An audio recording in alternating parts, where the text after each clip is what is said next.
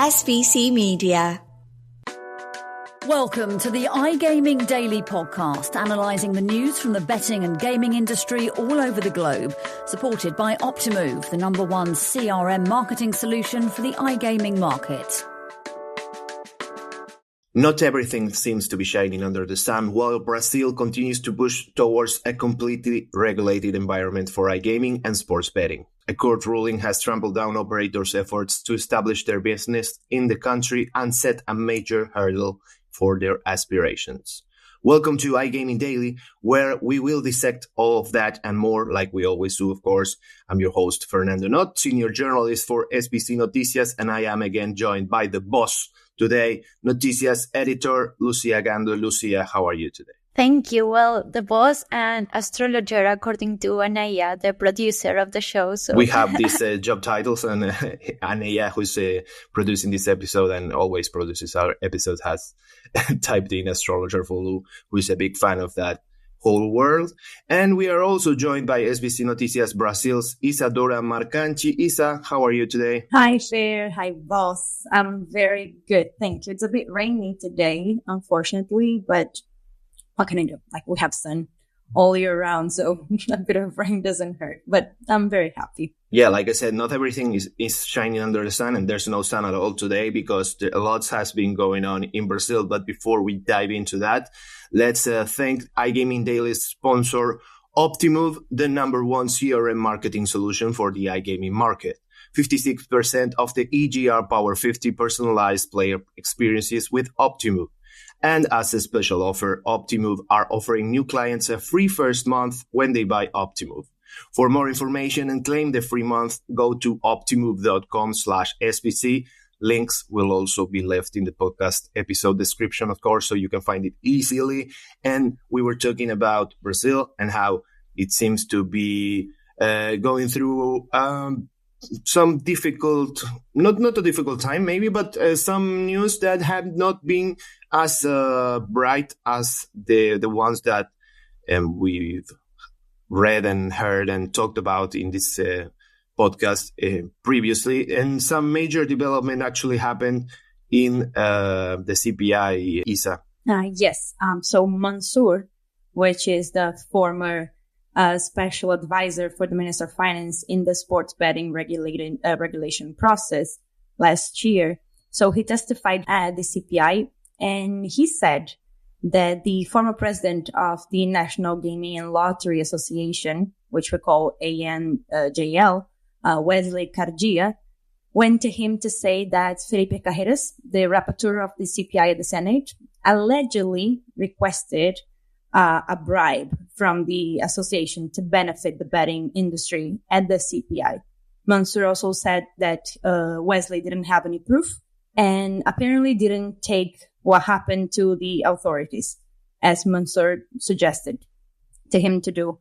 So, right now we just have this major declaration from the former advisor, and we have to wait to see, again, hashtag, wait and see what the CPI is going to do about it. If they're going to investigate that, if they're not going to investigate that, because Carreiras is the rapporteur of the CPI at the Senate. So it could lead to a bad reputation of the industry, which we already have in Brazil. People are not very a big fan of sports betting industry here. But yeah, we just have to wait and see what's going to happen now. But that's a very, very bad thing. If that's true, it's a very bad thing. So this is the CPI that's investigating match fixing, right, in Yeah. Brazil. So let's flip things around a little bit about what we discussed earlier in the pre-production of this podcast. And let's remind the people where we are with the regulation for the gaming industry. Let's remind people that our listeners that Brazil has just approved, the commission has just approved in the Senate the land-based regulation, right? And then we have the iGaming and sports betting project that was signed by Lula, but we are waiting for the portarias, right? For the ordinances to be approved. Where are we standing right now with that? Well, like you said, the law 14790 was signed last year by Lula on the 30th of December. And after that, a series of portarias of law ordinances started to be in draft to be published by the end of the year, this year, 2024. So we have some law ordinances already published, such as the rules for operators, the rules for payments providers, the rules for how the registration process is going to be, what the companies must have to be able to open a company in Brazil and to hire people and to operate sports betting here. But we're still waiting for a bunch of other portarias to be published, such as responsible gambling, advertising, sponsorships, which are very important to the country and to the industry, especially that we have the CPI as well, that responsible gambling and match fixing are big problems in Brazil as well. They really want to set rules that will not forbid 100% because we cannot do that, but like at least to stop what's happening right now, what we saw at the Brazilian Championship in 2023 happening. So we still have to wait for these law ordinances to be published so we can say that we have a 100% regulated market here. Okay, so we'll have to see if this statement from Mansour has any impact on the portarias coming up. But let's go back to something I mentioned in the intro today, a court ruling that has trampled down operators' efforts to establish their business in the country. That's what I said exactly. And why don't you take us through, Isa, what is this ruling that has everyone shaking their heads in Brazil? Well, the lottery of the state of Rio De Janeiro, we called it Lotteries here in Brazil, presented a situation to the Federal Regional Court 1 in Brasilia that they didn't want online sports betting and games operators to be operating within the Rio de Janeiro territory without a license from Lotteries. What happened is this regional federal court granted partially the demand of Lotteries. And what is this demand? That ANATEL, which is our National Telecommunications Agency here in Brazil, they must verify whether being operators in online games in Rio have the legitimacy to operate in the States. So they can say, okay, you can be live, or no, you're going to be blocked. But the problem is, like, Hazen Clever Lopez Cansado was very happy. Who can talk more about that. But the other people or the other association and institutes in the industry didn't like very much this decision from the court in Brasilia. Okay, so what did Hazen Clever say, Lou? Well, he celebrated it on LinkedIn. He was very happy about it because he considers that Rio de Janeiro now can grant access to legal sports betting sites, but the rest of the associations, like the Instituto Brasileiro do Jogo Responsable, that was perfect. They are worried about what this means, that only a state can prohibit certain sites which can have a national license. So it's going to be very competitive now and not so clear when it comes to national and state regulations. So the industry is aware of the situation and is worried about this sentence. So let's see. But yes, in Rio, they are happy as they can have more control of what's going on in the industry and what sites are available for the public. Okay, so we have mentioned the ANJL and the JR. They both issued statements, right, about this? Yes, they expressed their concerns about this conflict between national regulation and states regulation, and what is going to be the impact once that the national government grants all the licenses. Some of the platforms will be legal nationwide, but in Rio de Janeiro they could be banned. So it's not very clear for the industry how to move forward with this decision. Yeah, I think that two main points that were brought up by the ANJL and the IBGR is that ANJL said that obviously we have the 14790 law that regulates the sports betting and online games industry, and the law ordinance 127 that give the companies until the 31st of December this year to be regulated. So they say that a local decision cannot be It'll have priority over. Yes, exactly.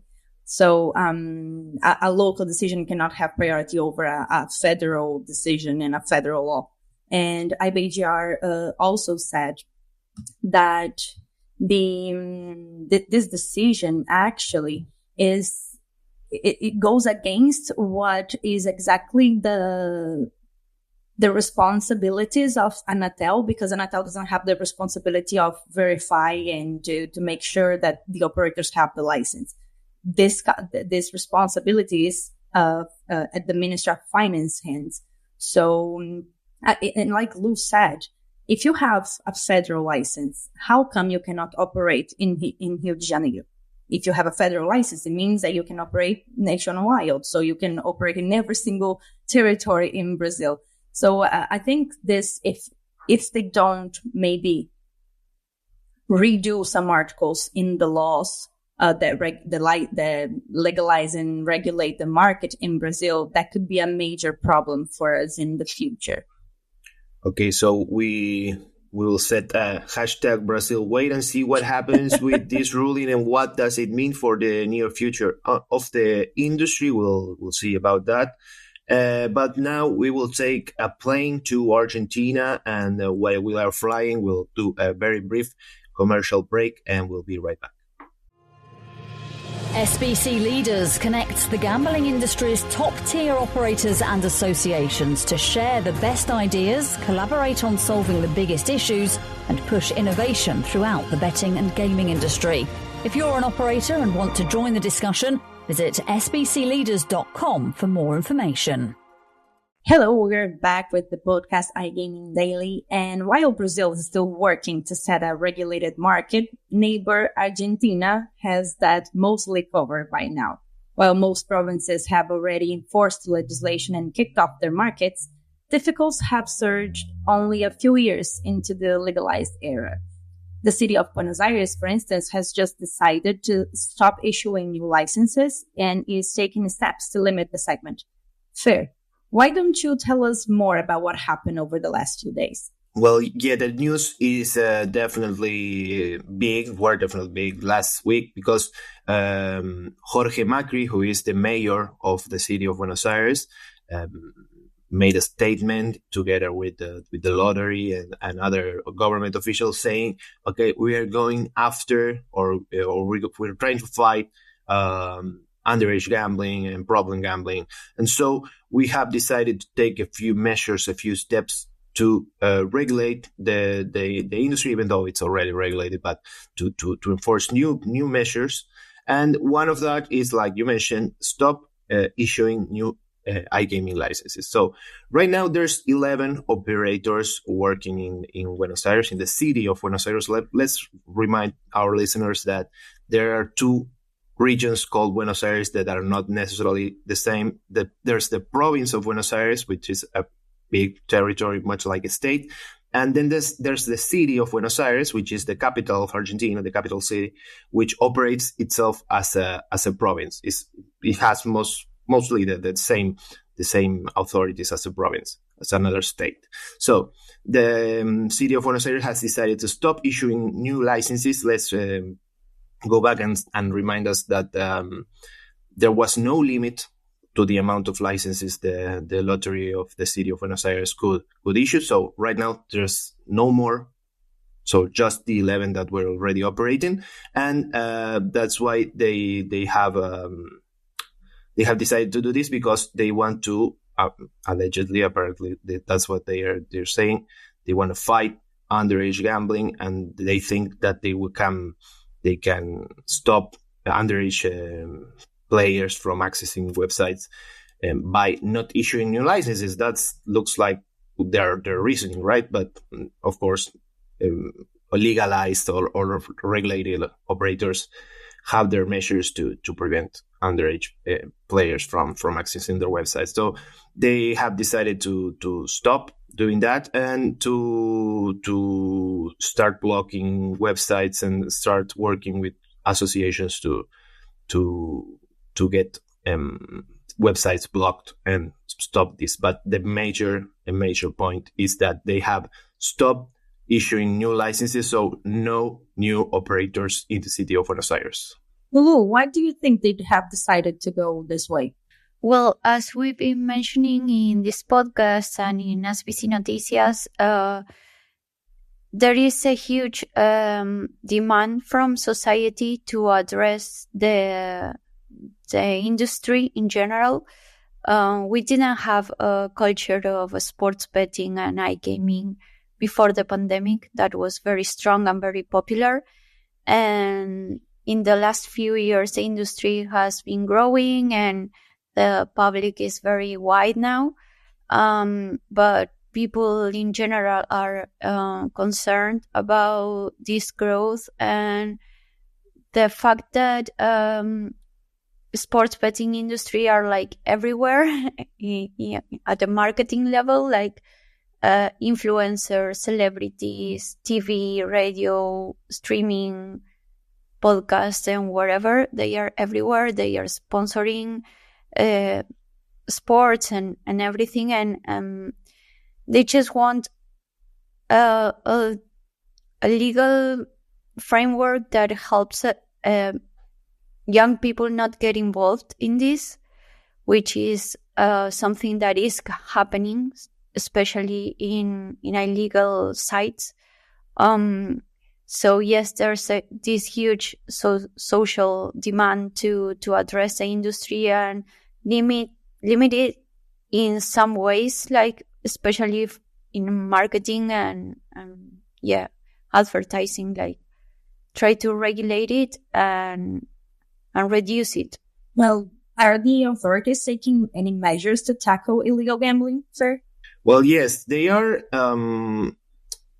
Just yesterday, I saw like a reel or a video in social media of Jorge Macri, the city of Buenos Aires, the mayor of the city of Buenos Aires, saying, "Okay, so we have now enforced blocks in the internet networks in the public schools to prevent teenagers from accessing websites." And then there's also, I'm going to take a step across the General Paz, which is the avenue that divides the city from the province. And I'm going into the province and talk about how the justice has blocked 110 websites that operated illegally in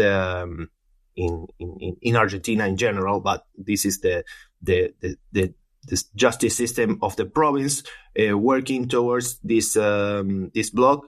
And I think that's the key thing right now that regulators need to do, rather than just go ahead and stop issuing licenses, but actually take steps to block the illegal websites and the illegal operators that are actually targeting and racing to get the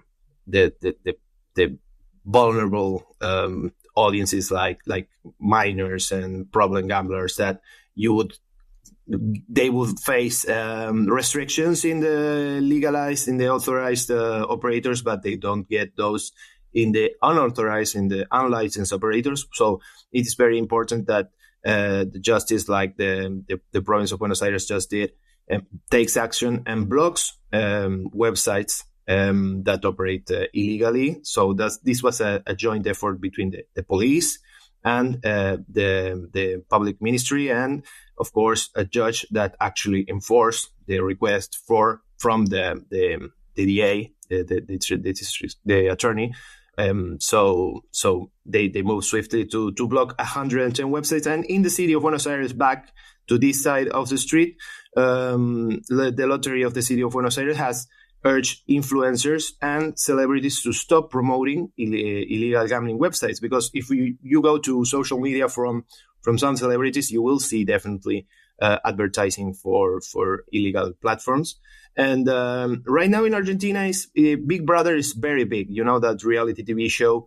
And some of these participants are very, very influential and have a very big impact in the audience. And there were many former participants of Big Brother that were advertising for illegal operators, and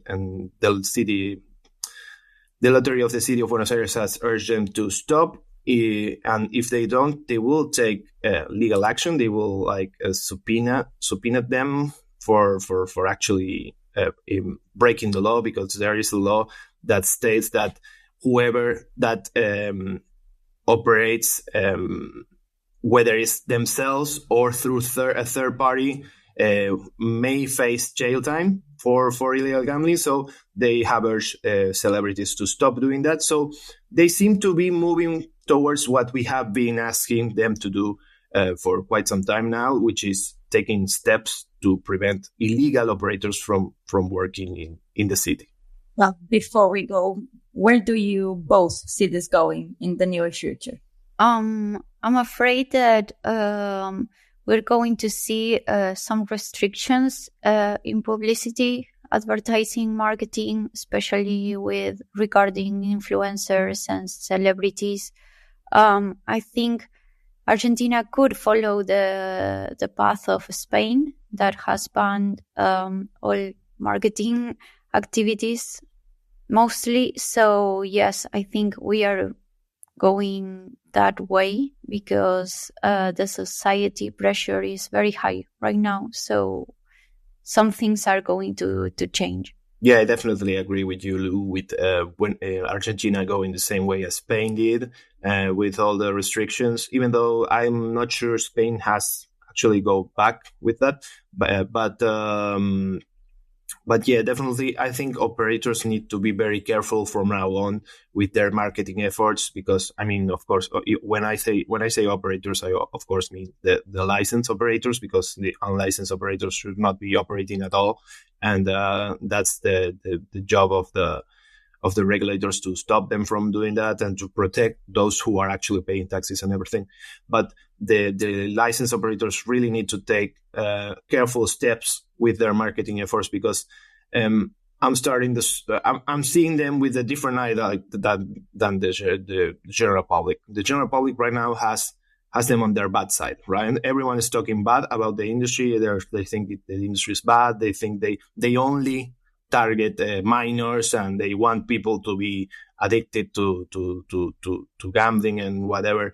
And I'm seeing them from a different perspective, but I also see them maybe pushing it a little bit too far, and they probably need to start doing campaigns to prevent this, not only because they should, but also in terms of their image right now, which has been compromising in Argentina, at least for now. So they definitely need to be careful for their next steps. Well, I think this episode was just another reason why we say Argentina and Brazil are just like brothers, because we're very similar, like including in the regulation of sports betting and online games processes. Thank you very much, Fer and Lou, for this episode. To the listeners out there, links to the topics discussed today will be put in the description. But make sure to like the iGaming Daily LinkedIn page, and of course our SBC Noticias and SBC Noticias Brazil pages to not miss a thing related to the Brazilian and Latin markets. See you next time. Thank you for listening to today's iGaming Daily podcast, supported by Optimove, the #1 CRM marketing solution for the iGaming market. If you want to find out more about some of the subjects raised today, feel free to explore any of the sites in the SBC News network or check out the latest edition of the SBC Leaders magazine. Happy reading.